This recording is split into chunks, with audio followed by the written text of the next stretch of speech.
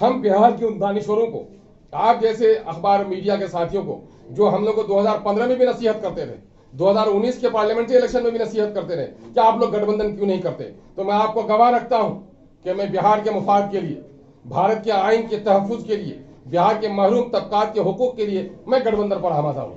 और आइंदा के लिए यह सवाल हमारे लिए नहीं रहना चाहिए कि हमने गठबंधन क्यों नहीं किया, बल्कि यह सवाल उनके तरफ होना चाहिए कि उसने गठबंधन क्यों नहीं किया। क्या बीजेपी सिर्फ बेइंसाफी करती है हमारे साथ? ये गठबंधन के लोगों ने क्या किया?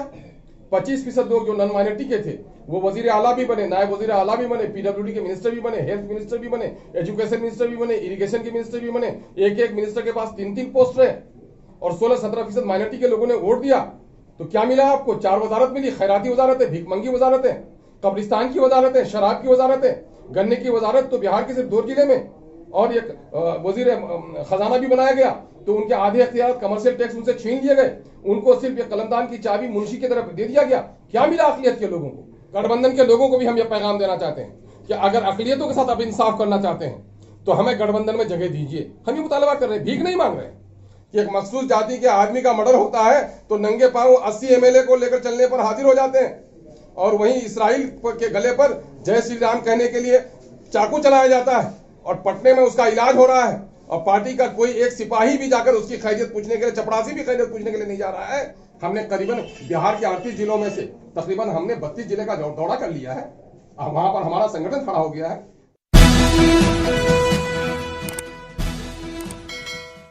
अस्सलाम वालेकुम रहमतुल्लाह, मैं शम्स तबरेज़ कासिमी और आप देख रहे हैं मिल्लत टाइम्स। मेरे साथ हैं जनाब अख्तर उल ईमान साहब, आप ऑल इंडिया मजलिस इत्तेहादुल मुस्लिमीन बिहार के सदर और मारूफ सियासी रहनुमा हैं। ऑल इंडिया मजलिस इत्तेहादुल मुस्लिमीन इस मरतबा पूरे दमखम के साथ बिहार चुनाव लड़ना चाहती है। कुछ सीटों पर पार्टी ने ऐलान भी कर दिया है, लेकिन सवाल यह कि क्या इस मरतबा भी पार्टी सीमांचल तक महदूद रहेगी या पूरे बिहार में जाएगी? क्या दूसरी पार्टियों का अलायंस मिलेगा या नहीं मिलेगा? क्या होगा? क्या इस मरतबा ऑल इंडिया मजलिस इत्तेहादुल मुस्लिमीन इल्ज़ामात को बर्दाश्त करेगी या इल्ज़ामात से ऊपर उठकर पूरी ताकत के साथ चुनाव लड़ेगी? सारे मुद्दों पर तफसील से बातचीत करेंगे। अख्तर उल ईमान साहब, मिल्लत टाइम्स में खुश आमदीद। सबसे पहले तो ये जानना चाहेंगे कि आपके बारे में बार बार कहा जा रहा है कि MIM जो गठबंधन बनता है उससे मिलकर क्यों नहीं चुनाव लड़ती है, अलग से क्यों लड़ेगी? तो मैं ये जानना चाहूँगा, क्या आप समर्थन हासिल करने के, उनके साथ अलायंस करने की कोशिश करते हैं या वो लोग इनकार करते हैं? क्या है मामला? नहीं, देखिए, सवाल ये पैदा होता है कि MIM शुरू दिन से ये चाहती है कि इस मुल्क में उन लोगों के हाथों में इक़्तिदार जाए जो लोग हिंदुस्तान के दस्तूर की, भारत के आइन की पूरी पासदारी करें। यहाँ के मजहबी रवादारी और यहाँ के दलित और महरूम तबकात के साथ जो लोग इंसाफ करने वाले हों, ऐसे ही लोग इक़्तिदार की कुर्सी में विराजमान हों, ये शुरू दिन से MIM की कोशिश रही है। और हमारे बिहार में सियासी कदम रखते ही जो हमने कोशिश अपनी शुरू की है शुरू दिन से, वो सीमांचल के महरूम तबकात के हुकूक की वसूलियाबी के लिए हमने लड़ाई शुरू की, दफ़ा 371 के लिए। और फिर हम जूं बिहार में अपना कदम आगे बढ़ाते जा रहे हैं तो हम ये देख रहे हैं कि बिहार में चाहे गया हो, जहानाबाद हो, अरवल हो, चाहे सीतामढ़ी हो, चाहे सुपौल हो, ये इन तबकात, यहाँ भी महरूम तबकात की एक बड़ी आबादी है। और हम जाहिर है कि हम सिर्फ सीमांचल में बन के ही नहीं रह रहे हैं, बल्कि इस वक्त सीमांचल के कमज़ोर तबकात की लड़ाई का जो हमने आगाज़ किया, तो बिहार के दूसरे हिस्सों से भी महरूम तबकात, बिलखुसूस नौजवानों का, अक़लियत के लोगों का, दलितों की बड़ी तादाद का रुझान हमारी पार्टी की तरफ बढ़ा। उनकी दावत हमें मिली, उन्होंने हमें मजबूर किया कि आज हम पूरे बिहार में अपनी इकाई और अपनी तंजीम को खड़ा करने में कामयाब हुए हैं। और जाहिर है कि हम बिहार के महरूम तबकात, मजलूम तबकात के हक़ और हुकूक़ के लिए मुनसिफ़ाना लड़ाई लड़ने के लिए अपना कदम आगे बढ़ा रहे हैं। और इसी सिलसिले की एक पेशरफ ये है कि इस मुल्क में अपने सियासी हुकूक़ की बाजियाबी के लिए ज़रूरी है कि पॉलिटिकली आदमी अपने आप को एम्पावर करे। उसके लिए हमारी पार्टी अपने इलेक्शन की, अपने दमखम पर इलेक्शन की पूरी तैयारी कर रही है। जहाँ तक आपका सवाल है कि आप पर पुराने इल्ज़ाम लगते रहे हैं, तो हम इल्ज़ाम लगाने वालों की परवाह नहीं करते। इल्ज़ाम हम पर बीजेपी लगाती है, जो बीजेपी खुद अपने गिरेबान में झांक कर नहीं देखती कि बाबरी मस्जिद के ताल्लुक से, गुजरात के ताल्लुक से, दंगे के ताल्लुक से, फितने फसाद के ताल्लुक से, करप्शन के ताल्लुक से उनका पैरहन कितना गंदा है, वो लोग इल्ज़ाम लगाते हैं। और ज़्यादा इल्ज़ाम उससे बढ़कर लगाते हैं कांग्रेस के लोग जिनको अपनी माजी की तारीख याद नहीं है और हाल के भी कारनामे को वो शायद जिंदा ज़मीरी के साथ नहीं देख पा रहे हैं। वो कांग्रेस के लोग जिसके ज़माने में बाबरी मस्जिद में तालाबंदी हुई, मूर्ति बैठाई गई और जिसके बरसरे इक़्तिदार रहते हुए दिल्ली में बाबरी मस्जिद का इन्हदाम हुआ, वो लोग जो लोग बेकसूर नौजवानों की गिरफ्तारी करते रहे, वो कांग्रेस के लोग जो दलितों का शोषण करते रहे, वो कांग्रेस के लोग जो अक़लियतों की हकमारी करते रहे, वो भी इस तरह की बात उठा रहे हैं। असल मसला इसमें तबरेज़ साहब, मसला ये है कि ये लोग नहीं चाहते हैं कि महरूम तबकात से कभी भी कोई आवाज़ उठे। आपको याद होगा जिस जमाने में रामविलास पासवान साहब ने अपने लोगों को जगाने का काम किया था, उस वक्त भी उन पर इल्जाम लगा था। लालू जी ने जिस वक्त यादवों को जगाया, मायावती जी ने जब तक वहां पर जाटवों को जगाया, तो फिर जमाना ये रहा है कि गुलामी की जंजीरों को तोड़ने के लिए जब भी कोई उठता है तो हम उसे तहरीक आज़ादी कहते हैं और अंग्रेज उसे बगावत कहते हैं। और आज भी कुछ लोग हैं जो हमारी अपने हक और हुकूक की लड़ाई को बगावत समझते हैं और हम समझते हैं कि हम इंसाफ की लड़ाई लड़ रहे हैं। हम इसकी परवाह नहीं करते हैं।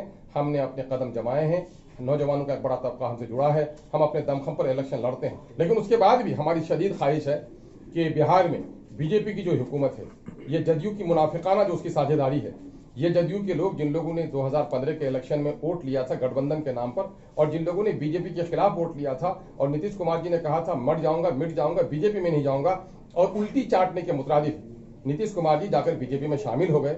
मैं उन तमाम सियासी मुनाफिकीन के खिलाफ लड़ाई लड़ रहा हूँ। मैं लड़ाई लड़ रहा हूँ अपने हकूक और हिस्सेदारी के लिए।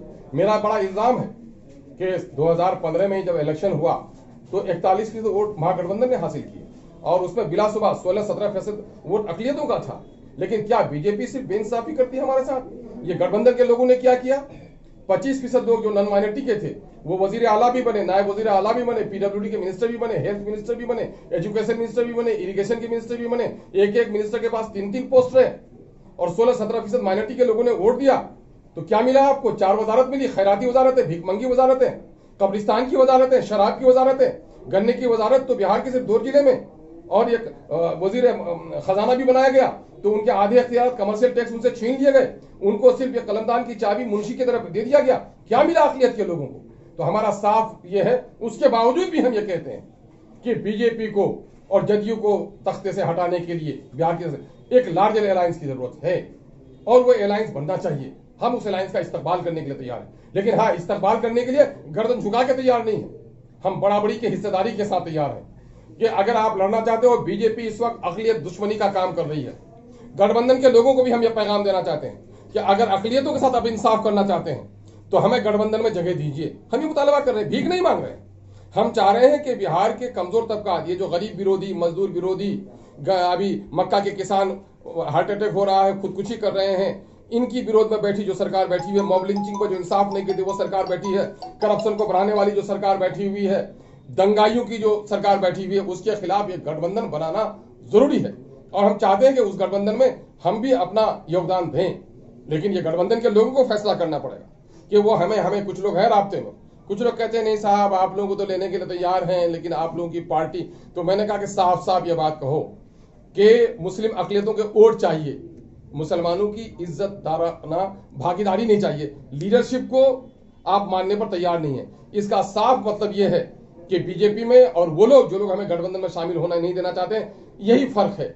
कि वो क्या फर्क है कि वो मुसलमानों से भी दूर रहते हैं, मुस्लिम अक़लियत के मसाइल से भी दूर रहती है बीजेपी, और गठबंधन मुस्लिम अक़लियत का तो वोट चाहिए लेकिन मुस्लिम लीडरशिप की साझेदारी नहीं चाहिए। तो आपको फैसला करना पड़ेगा कि आप क्या कर रहे हैं। हम बिहार के उन दानिशवरों को, आप जैसे अखबार मीडिया के साथियों को, जो हम लोग को 2015 में भी नसीहत करते रहे, 2019 के पार्लियामेंट्री इलेक्शन में भी नसीहत करते रहे कि आप लोग गठबंधन क्यों नहीं करते, तो मैं आपको गवाह रखता हूं कि मैं बिहार के मुफाद के लिए, भारत के आइन के तहफ़्फ़ुज़ के लिए, बिहार के महरूम तबकात के हुकूक के लिए मैं गठबंधन पर आमादा हूं। और अगर आप गठबंधन नहीं करा पाते हैं बुद्धिजीवी, हमारे मिल्ली रहनुमा, हम उनसे मुअद्दबाना गुजारिश करते हैं कि आप अगर गठबंधन नहीं करा पाते हैं तो इसके माने ये है कि आपकी वकालत की कदर मंजिलत वहां नहीं हो रही है। तो आपको ऐसी ताकतों की मुखालफत करनी चाहिए और हमारी हिमायत करनी चाहिए। और आइंदा के लिए सवाल हमारे लिए नहीं रहना चाहिए कि हमने गठबंधन क्यों नहीं किया, बल्कि ये सवाल उनके तरफ होना चाहिए कि उसने गठबंधन क्यों नहीं किया। मामला हम साफ साफ। मैं अपने व्यूअर्स को बताना चाहूँगा कि बात बहुत खुल करके बड़े पैमाने पर आई है। पहली मरतबा कि अलायंस में शामिल होने के लिए, गठबंधन में शामिल होने के लिए पूरी तरह एमआईएम तैयार है। अभी डिपेंड करता है उन लोगों पर जो आरजेडी, कांग्रेस या दीगर पार्टियां हैं, कोई इन्हें शामिल करती है नहीं। अख्तर साहब, एक बड़ा सवाल ये होता है आपकी पार्टी पर कि सीमांचल में तो पार्टी बहुत मजबूत हो गई है, दूसरी जगहों पर पार्टी मजबूत नहीं है, संगठन नहीं है। हालांकि अब पूरा बिहार या जो यूथ तबका है एमआईएम से जुड़ना चाहता है, तो आप लोग एमआईएम की इतनी यहाँ तवज्जो दीगर जगहों पर नहीं, क्या वजह रही? देखिए, हम लोग अपनी कोशिश बसात भर, हमारी कमजोर सी पार्टी नए लोग हम लोग कर रहे हैं, लेकिन अल्हम्दुलिल्लाह मैं समझता हूं कि ये कलील वक्त में 5 साल की मुद्दत कोई बड़ी मुद्दत नहीं होती है। मैं आज कहता हूं कि 25 साल से जो पार्टियां काम कर रही हैं वो उतनी आवाम तक पहुंच हासिल नहीं कर सकी जितना मैं 5 साल के कलील अरसे में हमने हासिल किया। चूंकि हमारा लीडर हिंदुस्तान की सालमियत की बात करता है, अदल इंसाफ की बात करता है, महरूम तबकात की वकालत करता है, और बिहार में हम उसी की सियासी जो तौर तरीके हैं उसकी पैरवी कर रहे हैं। नतीजा ये हो रहा है कि बिहार के आवाम का एतमाद हुआ है, नौजवानों का एतमाद हुआ है। ये नंगे भूखे पांव कर चलने वाले लोग, ये मजदूर हैं, आज क्या कर रहे हैं? ये मजदूर सिर्फ दिल्ली से लौट के ही नहीं आए हैं, बल्कि मौजूदा हुकूमत के कफन के कपड़े भी लेकर आए हैं कि तुमने हमको कहा ये बिहार किसी के बाप की मीरास नहीं, लेकिन बिहार का मुखिया कहता है बिहार में दाखिल होने नहीं देंगे। जब ये गरीब नंगे पांव भूखे आ गए तो कोरोना सेंटर में फोन करके खैरियत पूछ रहे हैं। ये दोगलई नहीं चलेगी। ये जो हमारे मुख्यमंत्री जी बैठे हुए हैं, बिहार के एजुकेशन को चौपट कर दिया, सीमांचल को अब तक कोई हिस्सा उसने नहीं दिया, और आज बीजेपी के साथ बैठ करके अकलियतों के टिकट की उम्मीद, अकलियतों के वोट की उम्मीद करते हैं। मैं उनको भी खबरदार करना चाहता हूं। मैं वो पार्टियां जो पार्टियां गठबंधन बना रही थी और गठबंधन बना रही हैं, मैं उनसे भी कहना चाहता हूं कि एक मखसूस जाति के आदमी का मर्डर होता है तो नंगे पांव 80 एमएलए को लेकर चलने पर हाजिर हो जाते हैं, और वहीं इसराइल के गले पर जय श्री राम कहने के लिए चाकू चलाया जाता है, और पटने में उसका इलाज हो रहा है, और पार्टी का कोई एक सिपाही भी जाकर उसकी खैरियत पूछने के लिए, चपरासी भी खैरियत पूछने के लिए नहीं जा रहा है। तो अकलियतों के ताल्लुक से क्या कर रहे हैं? हिसाब देना पड़ेगा 20 महीने का इस गठबंधन को कि उसने उस वक्त उर्दू एकेडमी के लिए क्या किया, मदरसा बोर्ड के लिए क्या किया, मौलाना मजहलुल यूनिवर्सिटी के लिए क्या किया, वक्फ बोर्ड के लिए उसने क्या किया, माइनॉरिटी के रिजर्वेशन का मामला क्या किया, 15,000 उर्दू बच्चों को जो नौकरी नहीं मिली, डंडे खाते रहे, उनकी नौकरी कहां गई? 80,000 से ज्यादा उर्दू टीचरों की जगह खाली है, वो कहां गया? जितनी भी बहालियां हुई 17% माइनॉरिटी के लोगों को 3-4% से ज्यादा चपरासी में भी हिस्सेदारी नहीं मिली। इसका हिसाब कौन देगा? 20 महीने का हिसाब इनको भी देना होगा। लेकिन फिर भी हम चाहते हैं कि बीजेपी और उसके नामाकुल साथियों की साझेदारी की हुकूमत नहीं बने, एक गठबंधन बने और कॉमन मिनिमम प्रोग्राम तय हो, सबके साथ मुंसिफाना एक वो बनाया जाए, ब्लू प्रिंट तैयार हो, उस पर काम करने के लिए हम आमादा है। अगर अलायंस में आपको शामिल नहीं किया जाता है तो फिर आपकी पॉलिसी क्या होगी? क्या आप पूरे बिहार में इलेक्शन लड़ेंगे या कुछ मखसूस सीटों पर? हमारी पॉलिसी बिल्कुल जाहिर है कि अगर हमको अलायंस में नहीं दिया जाता है तो इसके माने ये पार्टियां खुद चाहती हैं कि हम ज्यादा से ज्यादा सीटों पर लड़ें। तो जाहिर है कि हमारे पार्टी के जहां लोग हैं, अगर हमको अलायंस में वो नहीं लेते हैं तो हमारे पार्टी के लोग चनाचूर नहीं बेचेंगे ना। अपना जो लंगड़ा लूढ़ा कैंडिडेट होगा उसको अपना वोट हवाले करेंगे।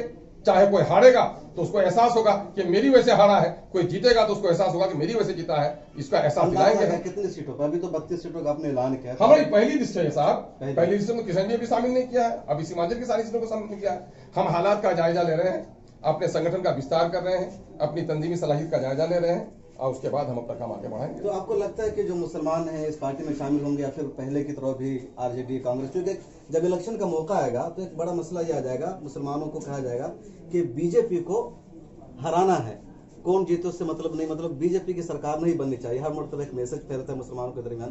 तो ये जो एक मैसेज वायरल होगा उसका मुकाबला आप किस तरह करेंगे, आपकी पार्टी किस तरह करेगी? देखिए, ये वही लोग हैं जिन लोगों ने हमारे नौजवानों की याददाश्त कमजोर कर दी। बाबरी मस्जिद को तोड़ने के लिए रथ यात्रा चलाने वालों ने 500 साल पहले तोड़ी गई फर्जी कहानी मंदिर की तो याद दिला दी। लेकिन यही वो लोग हैं जो लोग 1991 में अपनी आंखों के सामने मस्जिद के गुंबद और मेहराब को टूटते हुए देखे, अपनी कौम को याद रखने नहीं दिया। अगर अपनी कौम की याददाश्त को मजबूत करते तो आज नौजवान हमारे बेनरवी का शिकार नहीं होते। ये गए, इससे पारीना हो गए ये लोग। और ये लोग जो लोग इस तरह की ढपली बजाते हैं, मैं पूछता हूं ऐसे लोगों से कि इलेक्शन 5 साल के लिए होता है, 4.5 साल कहां रहते हैं? जब मिल्लत के बच्चे बगैर कसूर के गिरफ्तार होते हैं, नौकरी में उनकी छटनी कर दी जाती है, इंटरव्यू को में उसका नजरअंदाज कर दिया जाता है, माइनॉरिटी के इलाके में स्कूल नहीं खोला जाता है, उसके इलाके में कोई तरक्की का काम नहीं किया जाता है, ये 4.5 साल आप कहां रहते हैं? जब इलेक्शन का जमाना आता है तो आप मिल्लत को बचाने के लिए खड़े हो जाते हैं। मिल्लत के बचाने वाले मुखलिस वो हमारे मिल्ली रहनुमा हैं, जिनका 4.5 साल भी मिल्लत के मसाइल को लेकर जो हुकूमत से लड़ते रहे हैं। MIM 4 सालों से मैदान में नहीं थी, अब इलेक्शन करीब आया है, जिन्होंने संगठन बनाने का काम ये आपका खुद साख्ता इल्जाम हो सकता है तबरेज साहब, है ना। NPR का मामला हो, NRC का मामला हो, 2017 का सैलाब हो, बिहार के दूसरे हिस्सों में जुल्म ज्यादती हो रही हो, अभी तो 1 साल पहले हम इलेक्शन जीत चुके हैं MLA का, और आप कह रहे हैं अभी हम आए हैं। हाँ भाई, हम लोग कमजोर लोग हैं, हम वर्चुअल वो रैली तो नहीं करा सकते हैं, हम तो मीडिया के लोगों साथ ही नहीं कर सकते हैं। हमने करीबन बिहार के 38 जिलों में से तकरीबन हमने 32 जिले का दौरा कर लिया है, अब वहां पर हमारा संगठन खड़ा हो गया है। तो अब जाहिर है कमजोर आदमी को, अब जो लोग राजधानी में जा रहे हैं और लोकल ट्रेन वाले को कहिएगा कि आप उनके साथ क्यों नहीं दिल्ली पहुंचे, तो भाई गरीब लोगों का सफर दूर होता है। MIM में जो मेंबर बना रहे हैं, शामिल हो रहे हैं, तो सिर्फ मुसलमान शामिल हो रहे हैं, इसके अलावा भी दूसरे अरे बाहर जाके देखिए, रामराज जी भी बैठे हुए हैं, दीपक कुमार भी हमारे मेंबर बने, मरांडी भी अभी हमसे मेंबर बन के गई है। हम लोग जात पात की लड़ाई लड़ने नहीं आए हैं, हम भारत के आइन की तहफ्फुज और इस मुल्क की सालमियत, कमजोर तबकात के इंसाफ के लिए लड़ाई लड़ने के लिए आए हैं। हम वजीर आजम और वजीर आला की लड़ाई लड़ने नहीं आए हैं, हम महरूम तबकात को इंसाफ दिलाने के लिए आए हैं। और हमारे बुजुर्गों ने जो शहादत दी कर इस मुल्क को कुर्बानी देकर आज़ाद कराया है, हम अपने बुजुर्गों के सपनों को शर्मिंदा ताबीर करने की लड़ाई। तो आप थे अख्तरुल ईमान साहब, जिन्होंने साफ तौर पर कई बातों का खुलासा किया, और जो सबसे बड़ी बात जो MIM पर इल्जाम लगता है कि मुसलमानों की पार्टी, ऐसा नहीं है, सारे समाज के लोग, हिंदू मुसलमान सभी पार्टी में शामिल हो रहे हैं। इस वक्त मैं खुद किशनगंज में बैठा हूँ, जो पार्टी हेडक्वार्टर है, वहाँ मैं इंटरव्यू कर रहा हूँ अख्तरुल ईमान साहब का, और यहाँ इन्होंने कहा कि हिंदू मुस्लिम सब लोग शामिल हो रहे हैं। और सबसे बड़ी बात जो बार बार इल्जाम लगाई जाती है कि MIM खुद तनहा इलेक्शन लड़ती है, वोट काटने का काम करते, तो ऐसा नहीं, बल्कि वोट काटने का काम या इल्जाम इन्होंने अब RJD, कांग्रेस और उन बड़ी पार्टियों पर लगा दिया है। मिलत टाइम्स की वीडियोस देखने के लिए यहाँ क्लिक करके सब्सक्राइब करें, और हाँ, बेल आइकन जरूर दबाएं। अगर फेसबुक पर देख रहे हैं तो पेज लाइक करें। ताज़ा तरीन खबरों और मज़ामीन के लिए विजिट करें हमारी वेबसाइट www.millettimes.com। हमारी ये वेबसाइट उर्दू, हिंदी, इंग्लिश तीनों लैंग्वेज में मौजूद है।